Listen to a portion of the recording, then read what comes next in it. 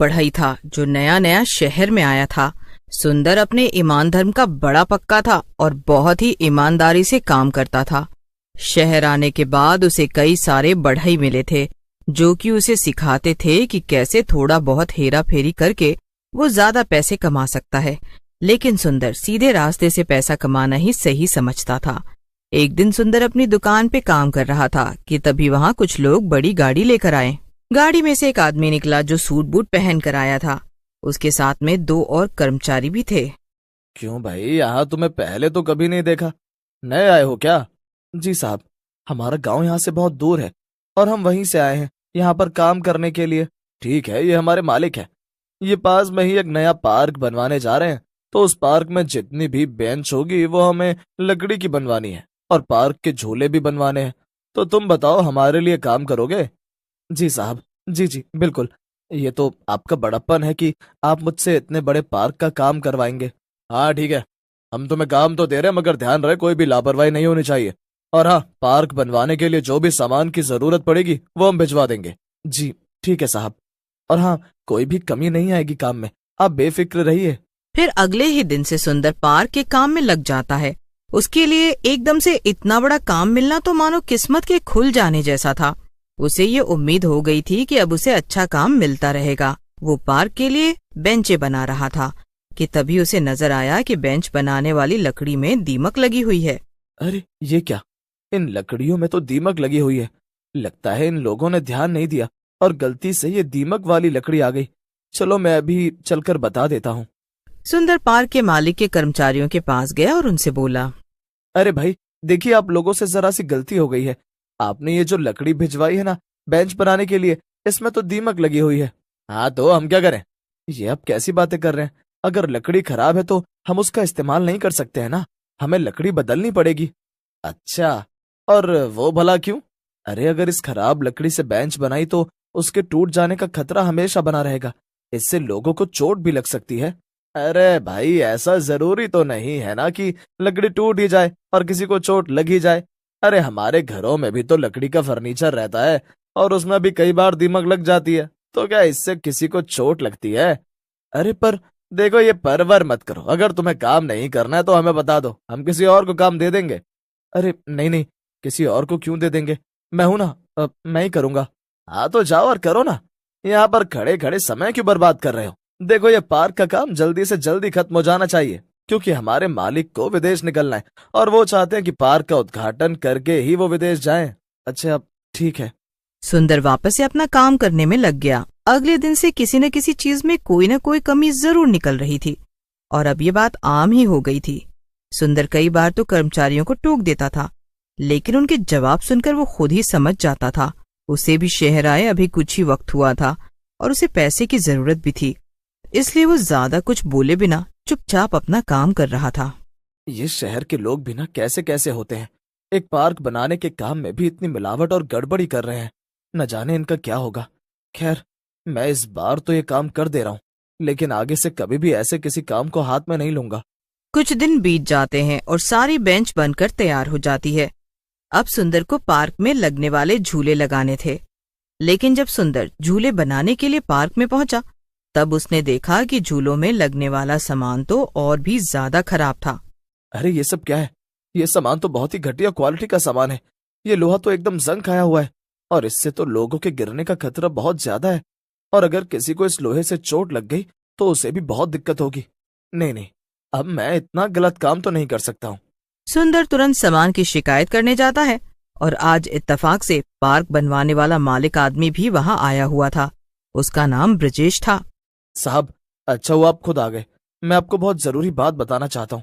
ये लोग पार्क में लगाने के लिए बहुत ही खराब सामान लेकर आए हैं। ऐसे तो लोगों की जान को भी बहुत ज्यादा अरे ब्रजेश, क्या तुम भी? तुम्हें सामान से इतना लगाव क्यों है? अरे तुम्हारा काम है झूले और बेंच बनाना। अब उसमें कौन बैठता है और कौन गिरता है उससे तुम्हें क्या लेना देना है? तुम अपने काम पे ध्यान दो ना। नहीं, मेरा भी एक परिवार है, बच्चे हैं, और अगर मैं किसी और के बच्चों को तकलीफ पहुंचाऊंगा तो भला मैं कैसे खुश रह पाऊंगा? मुझे ये सब नहीं करना है। अब आपको जिससे काम करवाना है करवा लीजिए, मगर याद रहे, इस पार्क में आने वाले हर एक इंसान को मैं बता दूंगा कि कैसे अंदर उन्हें खतरा है। फिर अपने आप ये पार्क बंद हो जाएगा। 2 टके का बढ़ई, तेरी इतनी मजाल तू मेरे पार्क को बंद करवाएगा? तुझे तो मैं जिंदा नहीं छोड़ूंगा। इतना कहकर ब्रजेश सुंदर के सर पर पास में ही पड़े लोहे की रॉड से वार कर देता है। सुंदर जमीन पर गिर जाता है और उसके सर से बहुत ज्यादा खून आने लगता है। अरे मालिक, ये क्या? आपने तो इसे बहुत जोर से मार दिया। अब क्या करें? इसे अस्पताल ले चलें? नहीं, अब तो वैसे भी इसे काफी तेज लग गई है। इसका बचना वैसे भी मुश्किल ही है। तो अब इसे यहाँ से अस्पताल तक ले जाकर और तकलीफ क्यों दे? जब इसे मरना ही है तो यहीं पर मर जाने दो ना। ब्रजेश की बात सुनकर सभी कर्मचारी हैरान हो जाते हैं और एक दूसरे को देखने लगते हैं। चलो चलो, जरा जल्दी करो, मेरे पास ज्यादा टाइम नहीं है। अरे ये इतना बड़ा पार्क है, यहीं कहीं से अच्छी सी जगह देखकर दफना दो। ब्रजेश ने जैसा कहा उसके कर्मचारियों ने वैसा ही किया और सुंदर को पार्क में ही दफना दिया। इसके बाद वो सब वहां से चले गए और सुंदर एक डरावने भूत में बदल गया। वो अपनी हालत देखकर रोने लगा। ये सब क्या हो गया? इन लोगों ने तो मुझे मार डाला। अब मेरे परिवार का क्या होगा? नहीं, मैं इनमें से एक को भी नहीं छोड़ूंगा, सबसे बदला लूंगा। और ये पार्क, इसे तो मैं कभी खुलने नहीं दूंगा। इस पार्क में अब मौत का साया रहेगा और यहाँ कोई भी नहीं आ पाएगा। पार्क का मालिक कुछ ही दिनों में दूसरे बढ़ई से झूले बनवाकर पार्क में लगवा देता है। आखिरकार वो दिन भी आ जाता है जिस दिन पार्क के खुलने का समय तय हुआ था। लेकिन सुंदर के भूत ने ठान लिया था कि वो पार्क में किसी को भी आने नहीं देगा। जैसे ही पार्क खुला, कुछ बच्चे वहां पर खेलने आए। सुंदर अचानक से एक झूले पर जाकर बैठ गया और झूला झूलने लगा। उसे देखकर बच्चे डर गए। सभी बच्चे डर के मारे पार्क छोड़कर भाग गए और अब जो कोई भी पार्क में आता, सुंदर उसे डरा धमकाकर भगा देता। लेकिन सुंदर का असली मकसद तो कुछ और ही था। 3 दिन हो गए और मैंने अभी तक किसी को भी पार्क में आने नहीं दिया है। लेकिन अभी तक यहाँ पर वो पार्क का मालिक ब्रजेश नहीं आया। मेरा असली मकसद तो उससे बदला लेना है। पता नहीं ये खबर उस तक पहुंची भी है कि नहीं कि इस पार्क में भूत का साया है। सुंदर का भूत खुद से बातें कर ही रहा था कि तभी वहां पर वो दोनों कर्मचारी आ गए जो ब्रजेश के लिए काम करते थे। वो दोनों आपस में बातें कर रहे थे। तू पागल है क्या? अगर लोग कह रहे हैं कि यहाँ पर भूत प्रेत का साया है तो तूने अभी तक मालिक को क्यों नहीं बताया? अरे यार, तुझे पता नहीं है कि मालिक विदेश गए हुए हैं? वो कल वापस आ जाएंगे, तब उन्हें सब बता दूंगा। और वैसे भी मुझे इस भूत प्रेत की कहानी पर बिल्कुल भी यकीन नहीं है। अरे ये सब तो बस कहानियां हैं। अरे नहीं, ऐसा नहीं है। तुझे याद नहीं है क्या कि हमने उस बढ़ई को यहीं पर दफनाया था? हो सकता है कि उसी की आत्मा भटक रही हो। अरे चुप हो जा, मुझे भी अपने साथ साथ डराना बंद कर। और वैसे भी हमने उस बढ़ई को नहीं मारा था, वो तो मालिक ने मारा था और हमने बस उसे दफनाया था। अच्छा, और इससे तुम एकदम शरीफ हो जाते हो। भूत को अचानक से अपने सामने देखकर दोनों कर्मचारी डर से कांपने लगे। भूत भूत, अरे ये तो उस बढ़ई का भूत है। ये तो सच में आ गया, यानी कि ये पार्क सच में भूतिया है। तो तुम्हें लगता है कि तुमने मुझे यहाँ दफना कर कोई गलती नहीं की और तुम दोनों शरीफ हो? तो फिर ठीक है, अब मैं भी एक शराफत का काम करूंगा। मैं भी तुम दोनों को यहीं पर दफना दूंगा। भूत की बात सुनकर दोनों कर्मचारी डर गए और वहां से भागने की कोशिश करने लगे। लेकिन भूत ने दोनों का गला पकड़ लिया और मरोड़ दिया।